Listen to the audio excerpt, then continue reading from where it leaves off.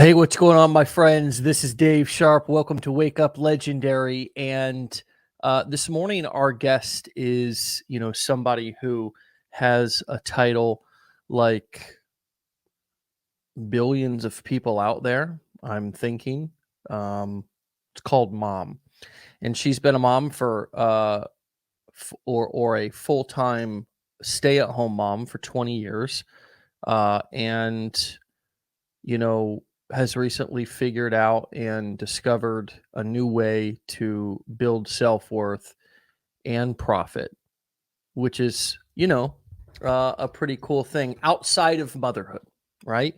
And on top of motherhood, which I would say there's plenty of self worth to be found in parenthood.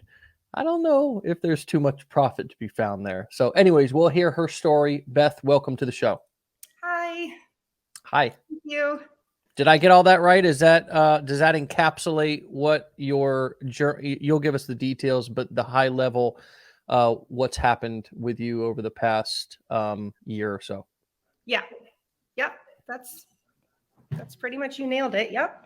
Awesome, awesome, awesome. So when did you get started? I mean, when did you find Legendary Marketer, and were we your first kind of education or training experience to learn how to build a business online?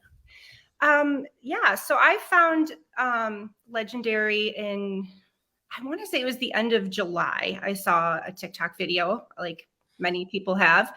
And I kind of watched her videos for maybe a couple weeks, and then I just $7. I'm just gonna try it. So yeah, that's how that got going, the affiliate marketing part.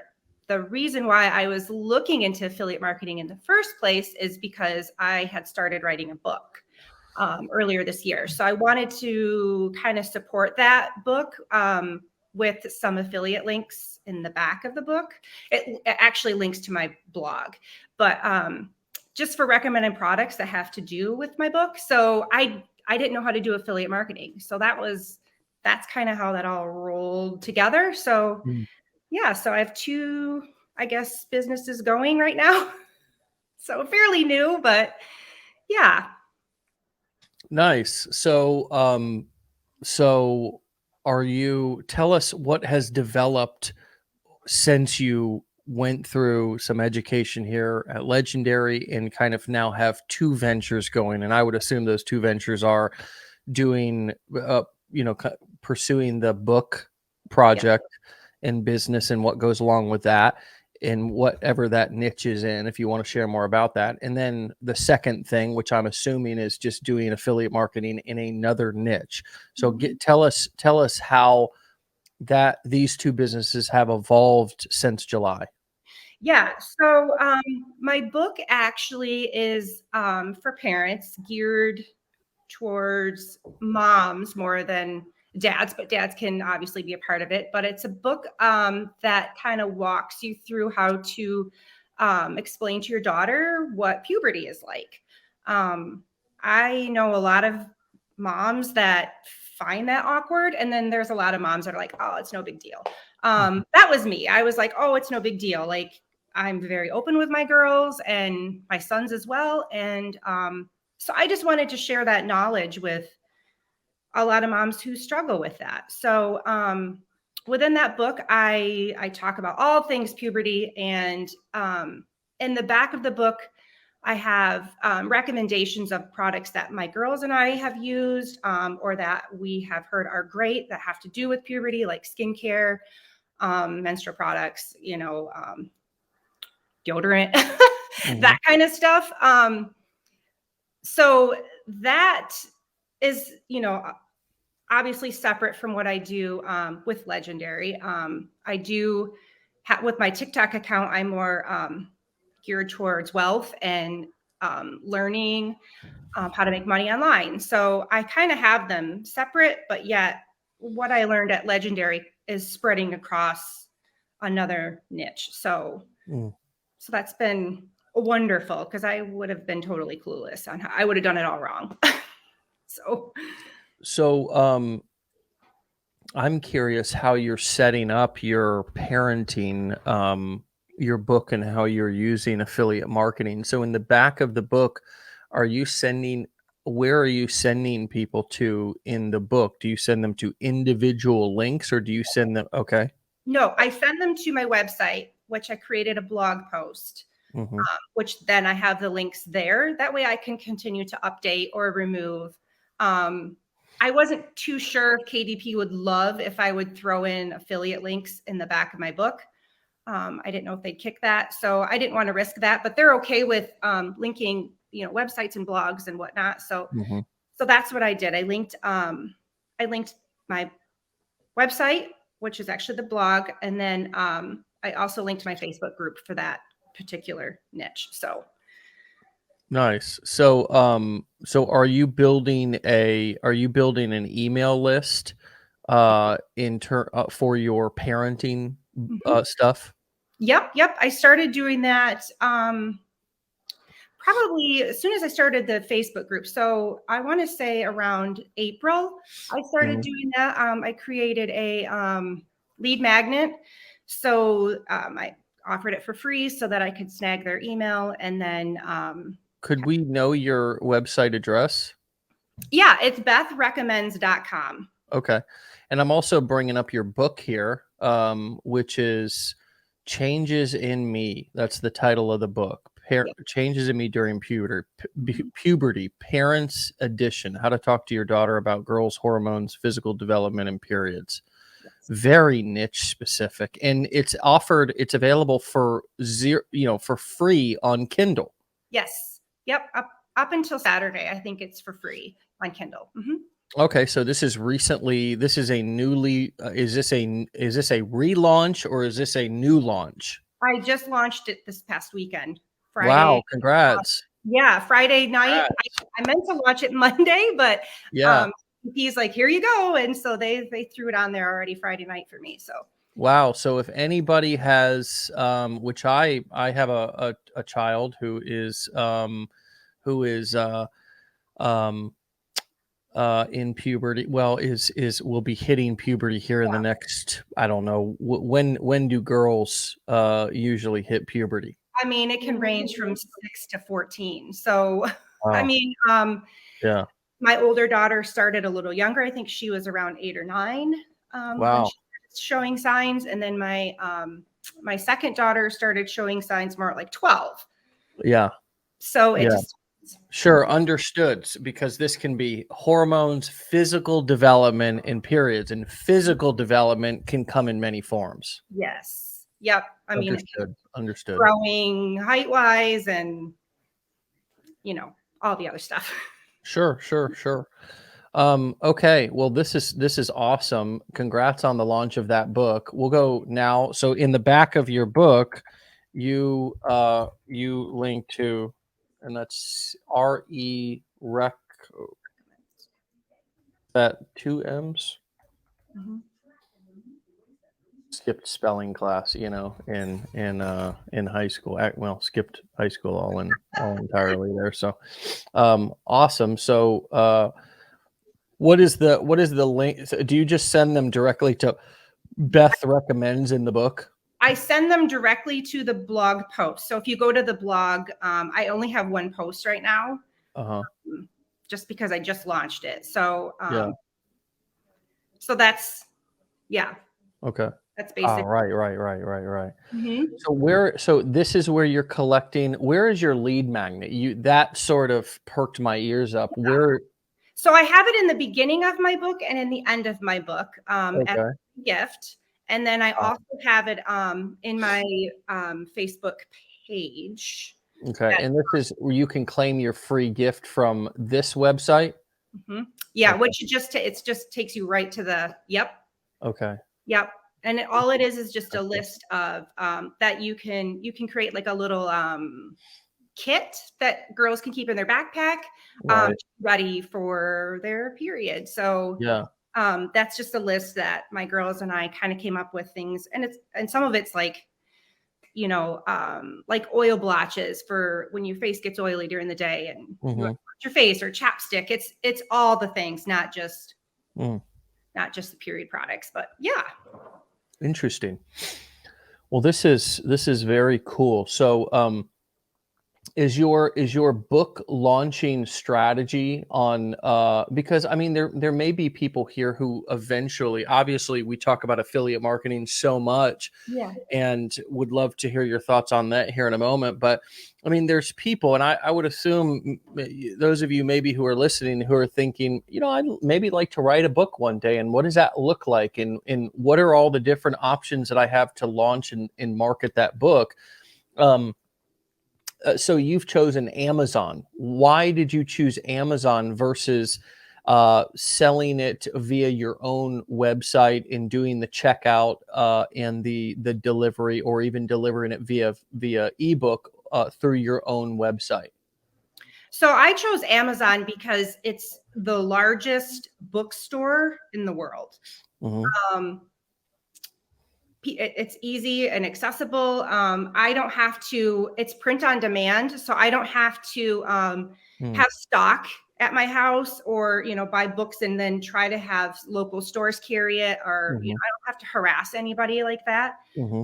So, I mean, that's one of the big reasons, is because Amazon is the ultimate bookstore. Hmm. And yeah, it's just the first 30 days that you launch, Amazon also boosts your book in the algorithm. Hmm. So the first 30 days are huge. I'm on the back side of it,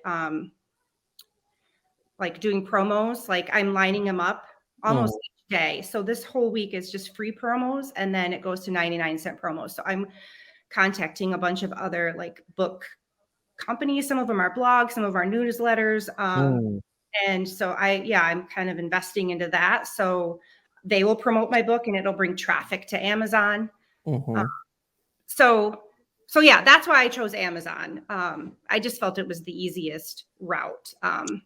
Yeah. When Once my book has been on there for, I want to say about a month, maybe a little longer, I can go and get an ISBN number, and then it can be worldwide. Okay. Nice. Nice. Yeah. Uh, I was deciding, we were deciding back when we've launched a couple of books over the past um, several years. I mean, how we want to sell those books, and we've chosen the route of selling them on our own. Through through just sales pages, sales funnels, and the likes, to be able to kind of have a little bit more control over the checkout process, Mhm. and also the customer data. So there's different ways. This would be an example of a sales page that we created that gave us the ability to be able to sell the art, and we sold both physical books and ebooks. Yeah. Right now we're selling an ebook, or have a funnel for an ebook for $1.99 that allows us to control the checkout process, and we use it simply as a loss leader. And so there's different ways to sell books, and books are really in the category of selling information. Mhm. It's a bit more of a an advanced strategy, and in my opinion, it selling a book is simply an authority tool. Mhm. It's a tool that allows you to be more of an authority in a specific niche, Mhm. and you can use it, and others will use it in your introduction. Hey, my name's Dave Sharpe, author of, right? Or hey, this is Beth, author of, you know uh, conversations with kids, or whatever, whatever your book is.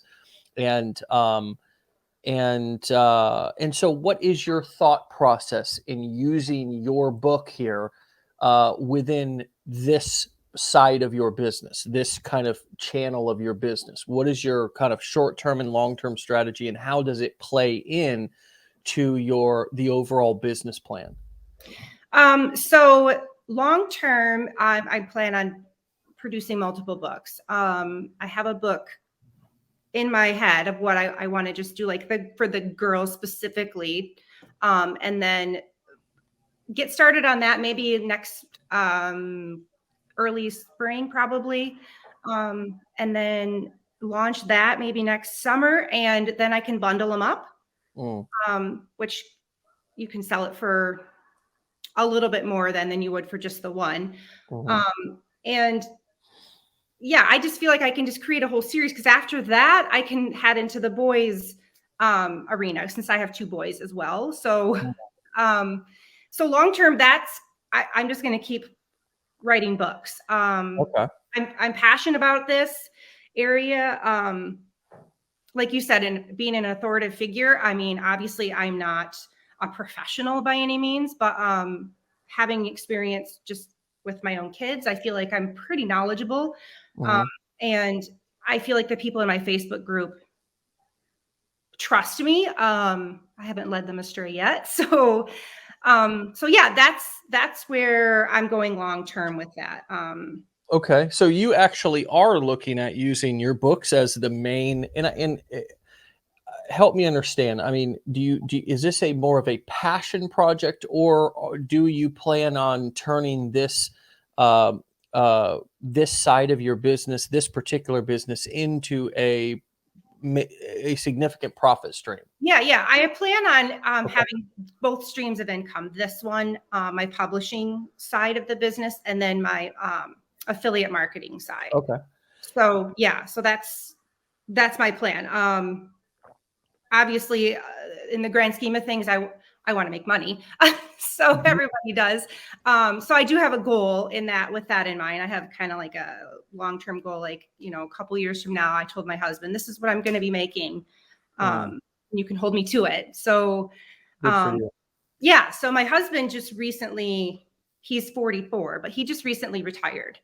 So, wow, good for him. So, yeah, I know. But then here we are. We're both sitting here looking at each other, right? So that's another reason why I'm like, okay, I'm gonna pick up the tail end here and coast us, I guess, through to retirement. That's my plan. So do you plan on doing any courses, coaching, or events on the back end of this book as kind of your front-facing entry-level product into this particular business? So I hadn't thought about that initially until I took your course. I really haven't put much thought into it, other than just, I could do that someday. Because I have a lot, between the affiliate marketing side, and then getting my book launched and published and launched and all that. I haven't really thought about that in depth, but yes, I definitely thought that would definitely be something that I could look into. Absolutely. I mean, I just want to spitball a couple of ideas at you because, well, quite frankly, this is what I do and what I love to do, right? So, if you're open to them, of course. Yeah. Okay. So, one of the things that I think would be really interesting in this type of business, where you're planning on writing a series of books about children, and if you're going to have multiple topics, even across for both girls and boys, I would take either a systematic approach, or I would focus primarily in on one type of I guess client, or kind of target customer. And ultimately the target customer has to be, right, the parents. I mean, the target customer is not the children. They're not the ones who have money. They're not the ones who are ultimately even going to buy this. So there's a couple of ideas. The first one would be the traditional kind of value ladder ascension model of, somebody buys the book and you really have a solid way to drive them to get their contact information. Now, with Amazon, correct me if I'm wrong, one of the downsides is that you don't get that customer data. Is that right? That's correct. Yes. Yeah. That's why I have that free gift in the front and back of my book, just hoping that people will give me their email. Right. So you can. Everybody will, but I mean, I'm hoping so. Yeah, and ultimately that's what you want. And I think one of the keys to writing books is to really offer like irresistible gifts, Yeah. okay, to where, when somebody purchases that book, they have to get that free gift. And so, for the first thing is that the question that in some of the data that you can look at is, and you may not be able to track it the way that you're doing it, because you're doing it by sending them to kind of a public blog post, Hmm. right? You may want to consider sending them to a link to where you can specifically track, okay, these are the people that are coming from the book because this is the only place I have this link, you know Yeah. so because, Tag. right, you know what I mean? Because right now it's going to be hard to tell how good your lead magnet is, because it's on your physical blog and other people could be finding that and opting into those. So there's no real way to track what the conversion rate is Yeah. from the book into the free gift. Does that make sense? Totally. Um, so back to sort of the way to monetize these books, is to either hone in on a specific type of target customer, which might be moms of teenage girls.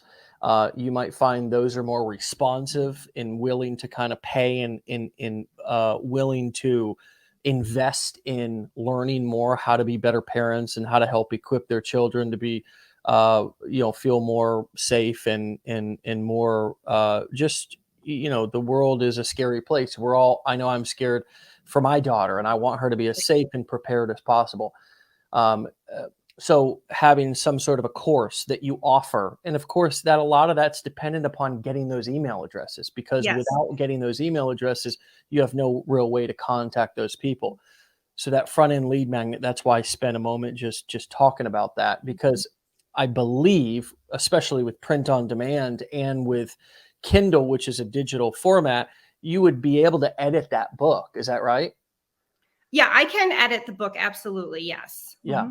So if you wanted to test a new lead magnet Mhm. or a new offer there as your free gift, you could run this for 3 months, and then you could test something different Mhm. and maybe send them to a link that only is available inside of the book, right? So you could then track, okay, here's how many book sales I've done, and here's how many people who have opted into this book only specific domain.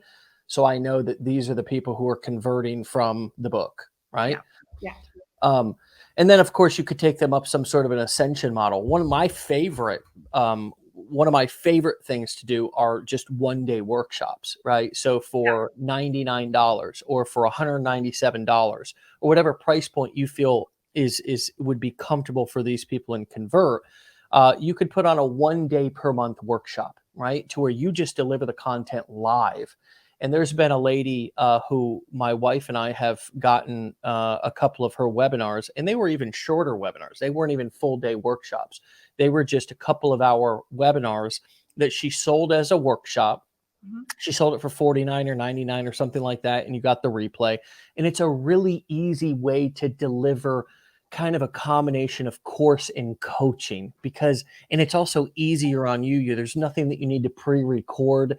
And if you love the way that the workshop went, you could then turn that into a course that Mhm. you could sell on autopilot later. Does that make sense? Yeah, totally. Yeah, that's a great idea.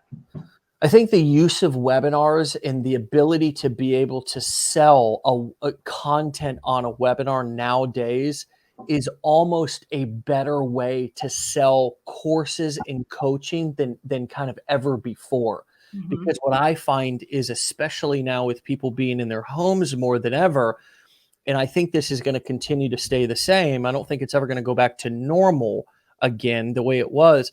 I think people enjoy that live interaction. There Yeah. seems to be more excitement, and people seem to finish things more when there's a live environment versus when there's a bunch of videos to go through. And that's why we try to combine the two, like with our blueprints program, to where we have videos, but we also have live elements. You know what I mean?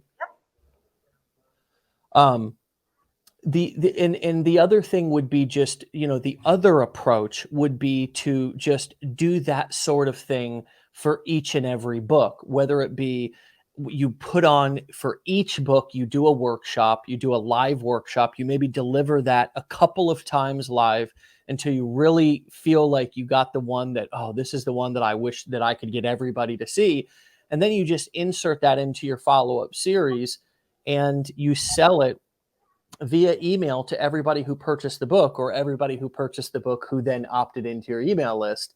You just market it to them as this sort of free course and a either more advanced or more kind of breakdown live. I'm going to explain this stuff to you, or you can even say, hey, I'm going to give you both the synopsis of everything that's in the book, and I'm going to teach you something else in this workshop. For example, one of the workshops that we bought from this Dr. Becky was we bought a workshop about big feeling kids, because we have a 5-year-old girl who's she's got big feelings, big emotions. And this particular doctor explains that children, some are kind of bigger feeling than others. Yeah. And how do you work with those? How do you not make them feel shame about having big feelings? How do you nurture those and help them put those big emotions into productive, into productive ways? And so, yeah, that was an example of a workshop. Now she has a more generalized parenting kind of social media profile and so forth, and probably some books that are across multiple topics. But my point is that my opinion with busy parents is that selling workshops and selling webinars in that price point of $49 to $99 is the sweet spot. What comes up for you as I spitball some of those ideas at you? I'm just soaking it all in. This is like a free lesson. I'm loving it. So, yeah, making mental notes. Obviously, I'll rewatch this whole video again, just to, write it all down. But definitely, I like that. I like what you said with the whole, the webinars and the smaller ones even, and getting it very specific. And this is you awesome. could even do multiple. I mean, one of the highest converting offers that I've ever seen and done is just to email my email list and do a $37 workshop. You know what I mean? And that's a workshop that you just prepare a bit. You're going to talk, you're going to answer some questions at the end. It can be, 60 to 90 minutes. It doesn't have to be super long, because quite frankly, people, they want you to deliver as much value in as little time as possible, because after all, they have jobs and they're busy parents. Yeah. Right. So, probably in this niche, the shorter, the better. Right. Because people have less time. Yeah. And reminding them in that initial marketing that, hey, you can do this. You're going to get the replay, so you can listen to this even later, and doing it at 8 o'clock at night after the kids go to bed. Right. Yeah. So, you can really kind of focus the details of when you're going to do the workshop specific to them. But it's the other beautiful thing about those kind of lower cost workshops that you can use to, because a $37 workshop, that's $37. That's like selling. I mean, especially if you're offering the book for $0 or $1.99, or, that's nearly 16 books, from one sale of a workshop. And if you get, 100 people to respond to a couple of workshop per month, you're talking about, 4, 8, 12, $16,000 in additional revenue on top of from doing maybe one workshop per week, That gets me excited for it. Yeah, if you can, I mean, a good goal is to try to sell, whenever you're selling something, 100 of something, right? It's a realistic number, and it's not something that's overwhelming, and it makes it worth your time. So if I'm selling something for, say, $37 or $47, and I can get 100 people on that, that means that maybe you've got a couple of hours of preparation.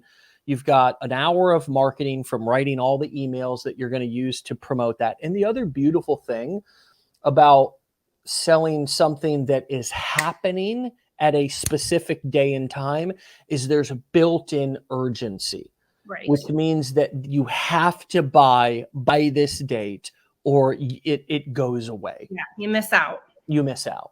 Mhm. It's built-in FOMO. And so you don't have to create fake scarcity or fake, urgency. It's built right in. Yeah. And it helps you build momentum via those emails right on up to an hour or two before the workshop, because, it's like, it's coming. We're getting ready to start. This is your last chance to jump on. Yeah.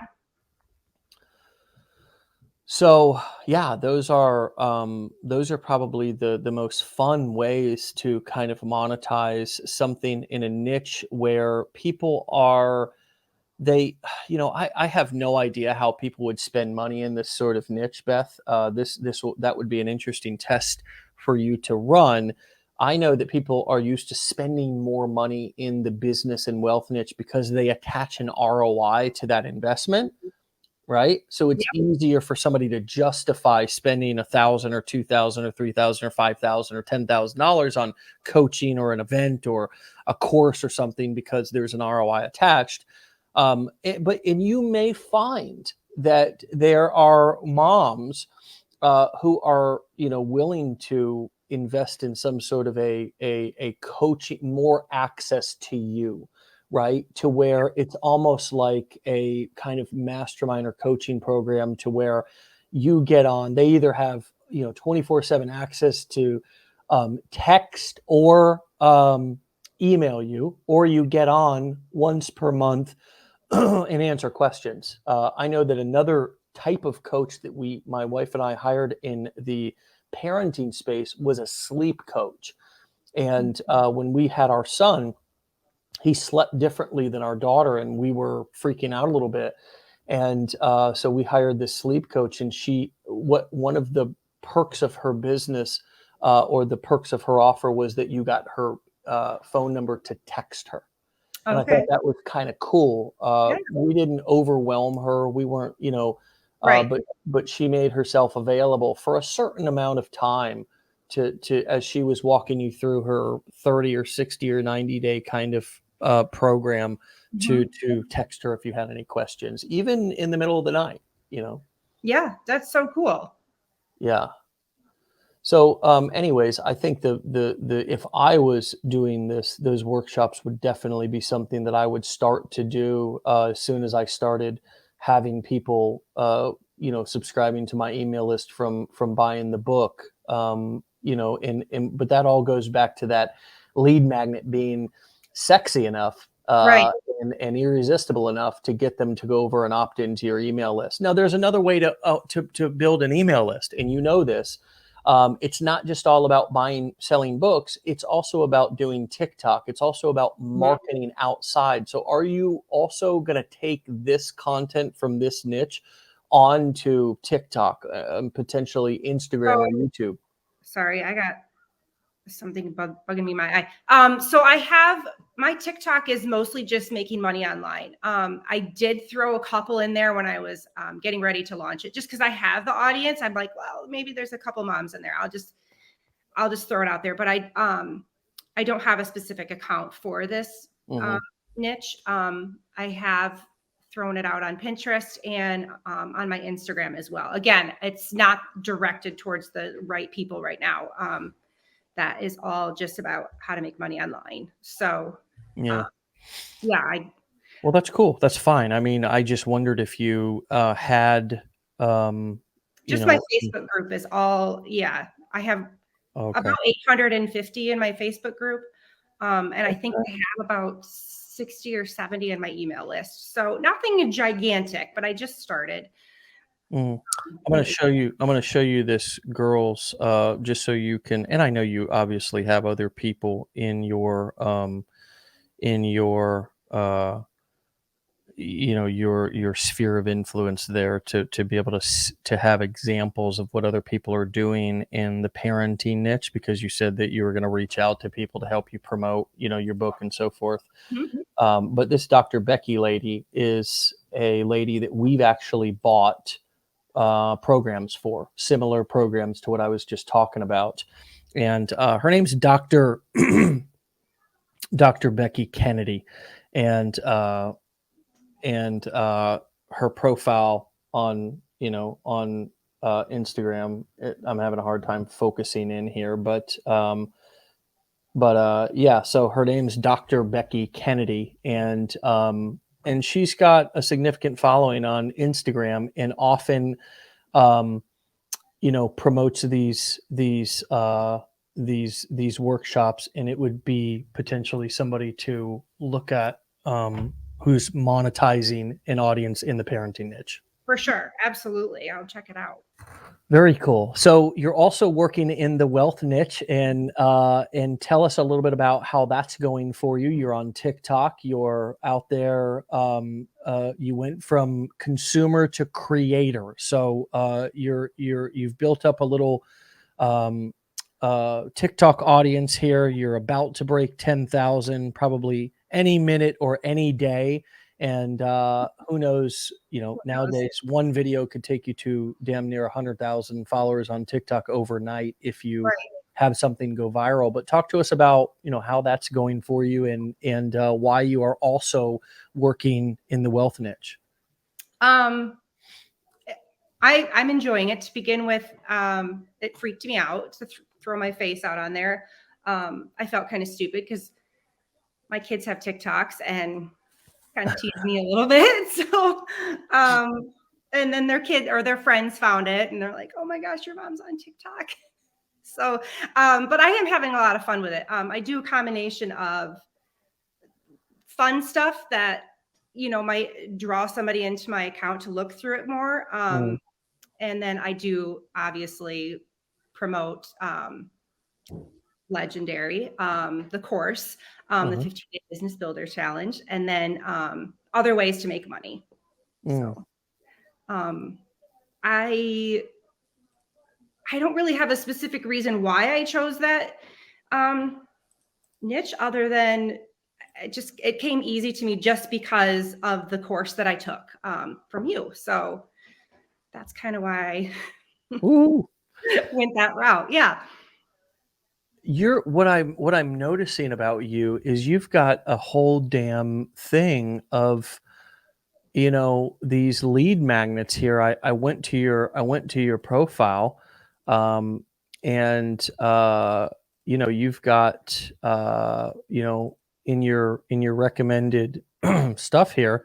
Yes. Takes you right here, which I don't know that I'm a huge fan of taking somebody just to a bunch of different. I would, if I was you, just a little split test for you. I would take somebody, like, for example, directly to this page, right? I would take somebody directly to this page. And the reason why is because you're probably going to see higher opt-ins, and you're going to and you can then follow up with people even in an initial email and say, hey, go and check out all my recommended products and stuff. I think you risk not collecting the email, because when you send them to a page like this, there's just too many choices, and oftentimes people don't know where to start, and they're relying on you for specific guidance. Go here and do this first. Does that make sense? Yep.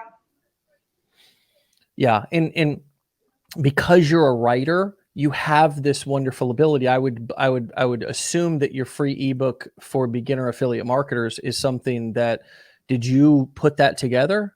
Yeah, I did. And actually it goes right to the Legendary funnel. I actually have it tagged so I can see in the back end if that's, because I have the ebook also available on the 15-day business builder challenge link. If you click on that, you'll also see it there, and it takes okay. It takes them to the same place. It's just on the back end, it's tagged, so I know if they opted in on the ebook link or the other one. So I do have that kind of separated a little, but ultimately they all go to the same place. So well, this is a big thing that I've seen people doing over the past year or two, is using these link trees, using these um, even Dr. Becky does it. And I just think she would collect more leads, these beacons pages, these link trees.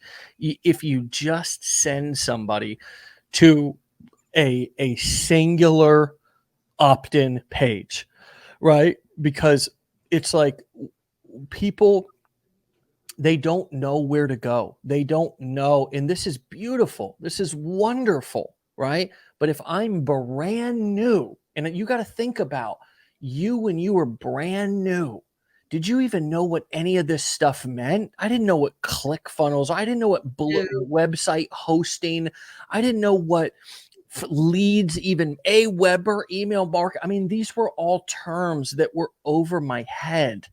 And so what happens is when we get a little bit of experience or education, we forget what it was like when we first saw that video on wherever we saw it, and how all this terminology was just completely foreign to us. And then, we get into it 3 or 6 months, or we want to start marketing. And then we kind of expect that their wisdom is our wisdom. Does that make sense? Yep. So I've always found it better, and I found it more effective to drive people specifically to a page to where there's one choice, which is put in your dadgum email in your name right here, right? And start here. And I would even like put in giant letters right here, start here. You know what I mean? Yeah. Like, here's where to start. And I think even people's websites who do that, it makes more sense, because most of the people who come to a website, it's either going to be their first and last time that they come, or they're going to be, a returning visitor. And the majority of people are going to be their last time, their first and their last time, because it's like wandering into a store, Beth. It's like going to Walmart or like Target and not knowing what you're buying. You know what I mean? Like, it's like, that's the best analogy. It's like you go to Target, but you have no idea what you're there for. Yep.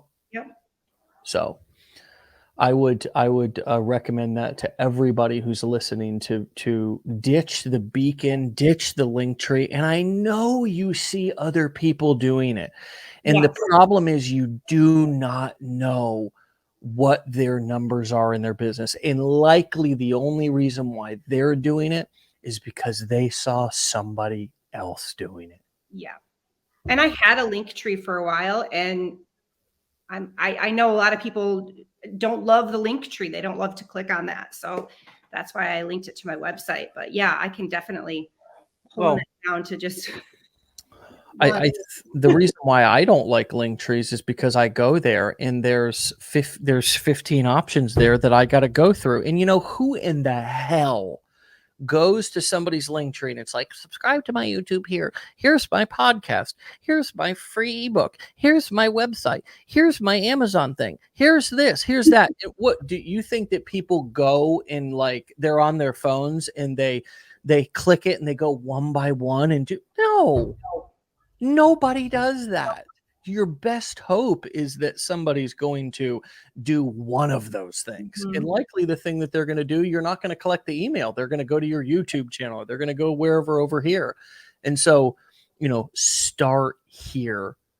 Here's where to start, even whether it be on your website or here's where to start as a first step off of my TikTok profile. If everybody in our community did that, all of like our entire as a community lead generation conversion to statistics would just drastically go up, because we would now be collecting a lot more leads, because it would be the only choice. And that seems like, well, I'm giving people less options. I want them to have more options, and it's like, really for them, it's more overwhelming to have more options. So anyways, I'm harping. I hope I don't sound preachy or teachy. No, not at all. So, what, feeling awkward, being embarrassed by your children and your kids' friends, finding your TikToks, these are some of the things that real people are dealing with. So, how are you dealing with this? And how are you over, right? But to Yeah, some people, it is a bigger deal and for they're sure. not able to get over it, right? Right. So, what are some of the tips or the advice that you have? Having children and having people, and even a retired husband. Yeah, Beth, what are you doing? Your husband's retired. Why are you doing this? Right? But just right, the general criticism. right. Um, I guess I've always had I don't want to say always have the personality. I don't care what people think, but I do get to the point where it's like, you know what? You're going to have your opinion of me, good, bad, or ugly, and I can't change that or prevent you from thinking one way or the other. So I'm going to have fun with what I'm doing. And if you think I'm an idiot, scroll by. That's kind of where I got to after about a month of doing this. I started doing some stupid dances. Like to begin with, I was doing a lot of like pointing and to bubbles or words or whatever. And Yeah. I found that when I started doing stupid dances, which I don't get a ton of views, but my views went up way more when I kind of acted like an idiot, like whatever popular dance is in, like the Applebee's song, I did that one. It was horrible, awful. My bedroom was trashed. I'm like, you know what? I don't care. I'm just going to throw this out there. And, I'm an idiot. I'm clearly not experienced in dancing. So you don't have to be experienced in, and I used, affiliate marketing. You can take this course and try it, and you don't have to have any experience. And it's okay. So that's kind of how I twisted that into what my niche was. But yeah, so that's kind of where I am with the whole TikTok thing. Is like, I don't care. I Yeah. posted one just last night. Actually, this is pretty embarrassing. I just grew a gigantic zit on my face and I threw a band-aid on it and made a huge deal. Like, I'm going live tomorrow. And I decided to grow this huge zit. What an idiot. Like, should I just let it all out or should I just keep a band-aid on it? Like, who would do that? Nobody Yeah. probably. I'm like, oh, I'll just do it. Who cares? I don't Yeah. really care. So that had nothing to do It's a with good anything. hook, right? It's a good hook. It Yeah, gets people exactly. stopping and watching. It's like Dr. Pimple Popper. You just can't stop watching it. I know, right? Exactly. So, I mean, whatever, if my foolishness brings somebody to my page, that's cool. I mean, I did the Yeah. Footloose dance a couple weeks ago with the white shirt and the high socks. Yeah. Um, yeah. So it's just to have fun with it is all I can, suggest to people is just you'll reach more people if they can see that you're being comfortable and you're having fun with it. If you're Yeah. being and uncomfortable and um Right, right, right. late to that, they're gonna be like, oh, this is weird. Yeah, yeah, yeah. It's what's awkward online. What's awkward in real life is awkward online too. I mean, human beings, yeah. So it's like I think, yeah, there's a lot of wisdom and there's a lot of success hiding behind just letting go, surrendering to being yourself, being real, being exactly who you are and how you are behind the scenes. Like when you're talking shit with your girlfriends or you're talking shit with your husband or you're just gossiping, you come pull up to the table with an empty cup ready to sip tea, you know what I mean, and talk shit. It's like who you are there Right, is how people want to experience you because they want to feel like they're speaking to their best friend. right, And if you talk to them like they're your best friend, like, and I really legitimately feel like that, like on the show, like I legit, this is how I am. You know what I mean? It's like, usually just roll out of bed in the morning and just, yeah, I'd love to tell you that I get all dressed and shit, shower, shave, and I'm ready, bright eyed and bushy tailed. But, most days I'm fumbling to the desk, and I got my smoothie, which is my breakfast. I got my, coffee over here, I took a shower last night, but I'm not showered today. I've barely brushed my teeth and I just hope that even that today I get a workout in. You know, these are some of the hopes that I have for my day, and you know that I can get it together enough, you know, to just do what I'm supposed to do. You know what I mean? And that's the reality I think that people want to hear. And I think a lot of us have, and I did for a long time. I know what this is like to really feel like you have to put your best, what do they say, put your best foot forward or something. Like it's like fuck that. Like my best foot is, that's, I haven't had my best feet in a long time. I mean, my feet, the foot I'm putting forward now is that corn filled, you know, toenails, just like a pterodactyl. Ain't had a pedicure, you know, hanging over the sandals. You know what I mean? Just there, just look down like, oh shit, man, that boy needs some love, needs some TLC. So, Jacqueline asks, Dave, are you saying ditch the link tree completely, or are you saying use a link tree like page on a website after the single page opt in to capture their email? What I'm saying is multiple options on any page is going to lower conversions, period. So what we teach is single option opt-in page. Okay. Enter your email, leave, die. We don't give a damn, but there's only one thing to do. Flick us off, tell us to go to hell. There's one thing to do though on this page. It's to opt in or fuck off, basically. You know? Sorry, this just became, you know, this just went from PG to R. But anyways, yeah. So what do you do once they opt in? Well, no, that's not where you hit them with 20,000 options. No, we don't just want to move the cluttered shit, you know, one page over. We want to eliminate that idea altogether. Every page where you want somebody to do something, the more options. That's why blog posts with tons of affiliate links inside of the blog post are also likely not going to convert as well, right? Somebody is going to probably do one thing out of that page. And it's just because people get pulled in different directions, right? And people's attention.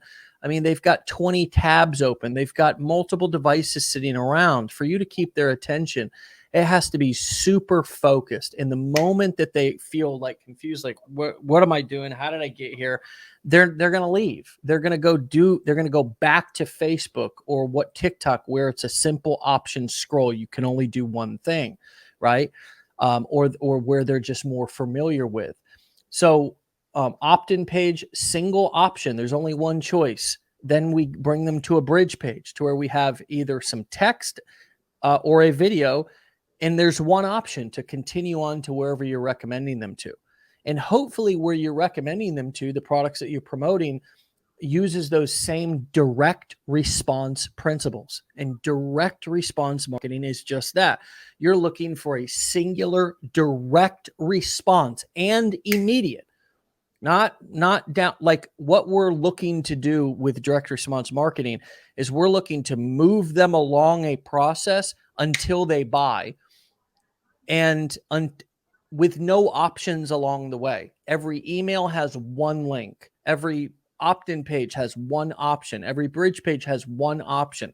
Every sales page has one option.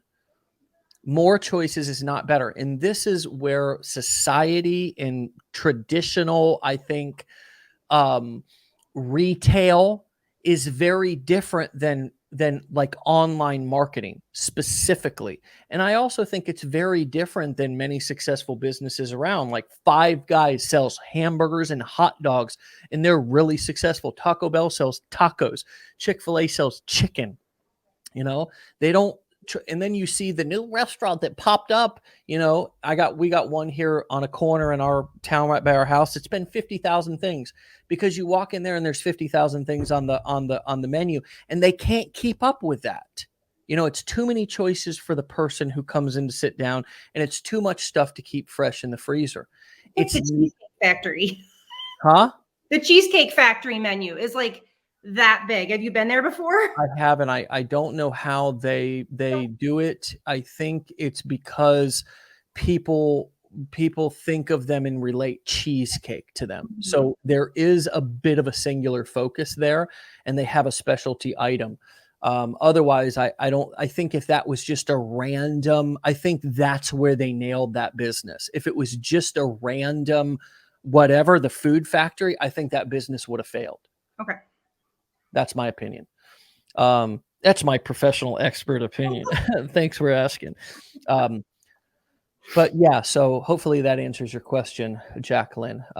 Anything else that you, Beth, would leave us with today in terms of just an aha moment, a takeaway that you've learned over the past 6 months that you feel is like, hey, this is something that I'd like to leave you with today? I guess it would just be if you're a stay-at-home mom and you've not worked for years. I haven't worked for over 20 years. You feel like your only option is to work at a fast food place or be a receptionist and just start at you don't have to do that. Like, you have more potential and you're more knowledgeable in your life than anybody else, and you can use that and expand it. So whether that be, kind of what I did with parenting or whatever you're good and smart at, like, everybody has something. And I just think a lot of moms just feel like they're just stuck and they're just, this is what I'm doing. This is it. I'm just raising my kids. And that's not true. You don't have, I mean, it took me a long time to figure that out, to figure out that there's than just making lunches and doing laundry and getting groceries. So yeah, I guess that's what I would say to the moms anyway. That's what I would say is, yeah. Amen, sister. Amen, sister. And take that damn challenge and get in there and apply that stuff and do it, man. Do it. Or do it, woman. Mm-hmm. Yeah, right? exactly. Do it. Screw the guys. My daughter said, "Girls rule, boys drool." The other day, I said, "That's a good one. That's a good one." I said, I had many a girl say that to me when I was growing up. It always hurt, when you're a little boy. Oh, that's the one. It's like, oh, Yeah. man, boys drool. Oh.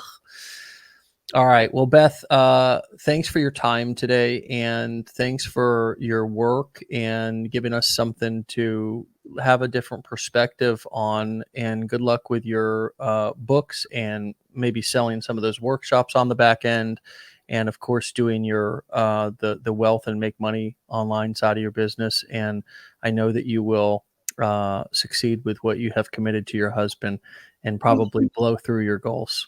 Yeah. Here we go. Thank you. All right. Talk to you soon, Beth. Yep. You too. Bye. All right, bye. All right, my friends. That was really cool. That was super cool. So you can, of course, follow her, as I've had the banner up, Beth Recommends, on TikTok. She is still there. I want to just pull her back on one time real quick. Would you tell the parents who may want to join your Facebook group what that is? Yeah, it's called Mom Support Through Puberty. There it is. So if you want to join her Facebook group, where I'm sure you'll get lots of value, Moms Support Through Puberty on Facebook. All right. Thanks. See ya. All right. So yeah, lots of ways to connect with her. And of course, if you have a daughter who you want to, genuinely get some support and some guidance and some feedback and some ideas, then go follow or join her Facebook group. I've had her book up here. I think that's a wonderful idea and great info and something that I'm going to be ready for here pretty soon as well. Not, myself going through puberty, of course, but having a daughter that will. And surprisingly, right? I mean, golly, when she said that number 6 through 14, I almost had to. I was like, no, not yet, not too soon, right? Too soon. But that's the difference between being prepared and not prepared. So, whether you're a parent who is, wanting to be prepared, or whether you're an entrepreneur and a marketer who wants to be prepared, this is the power of community. This is the power of knowledge. This is the power of feedback. And today, as I think it's always been, it's important to be in communities and getting knowledge and education from other people. And that's why we do exactly what we do.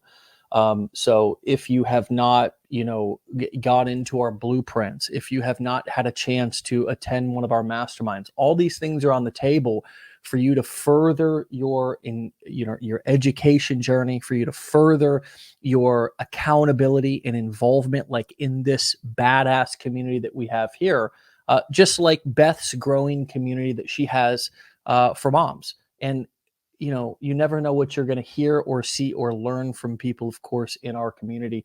And that's why we do this show. So we got one more episode this week, tomorrow, Friday. We'll see you there. Get out of here. Have a fantastic day. Signing out. Be legendary. Much love. And we'll talk to you soon. Bye.